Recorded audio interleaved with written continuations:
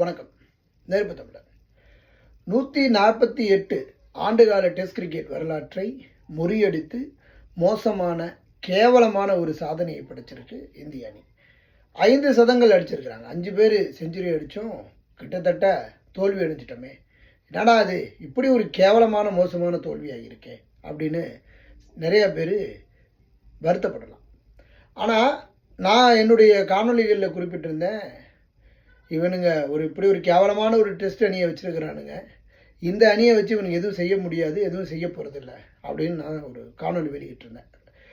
ஆக மோசமான ஒரு டெஸ்ட் கிரிக்கெட் அணி இந்திய அணி உண்மையிலேயே அழியும் அப்படின்னு சொல்லியிருந்தேன். ஆனால் அதுக்கு மாறாக ஒரு சம்பவம் நடந்திருக்கு. 5 பேர் செஞ்சுரி. வெளிநாடுகளில் 30 ரன்களை கடக்காத சுப்மன் கில்லு 100 போட்டு சாதனை படிச்சிட்டாப்புல. அப்போ எல்லாரும் வரவன் போகிறவனா ஆளுக்கு ஒரு 100 அடித்து சாதனை படித்தாங்க. இங்கிலாந்தை பொறுத்த வரைக்கும் பந்து வீச்சு கொஞ்சம் மோசம்தான்.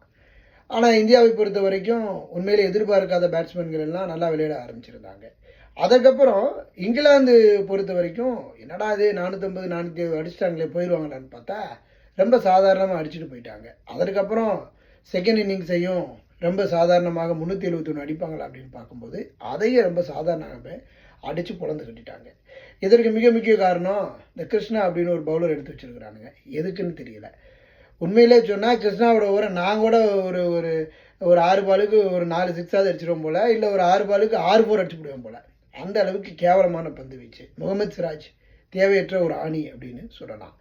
பந்து வீச்சை பொறுத்த வரைக்கும் இவ்வளவு கேவலமான ஒரு பந்து வீச்சு எங்கேயும் இருக்கிறாது.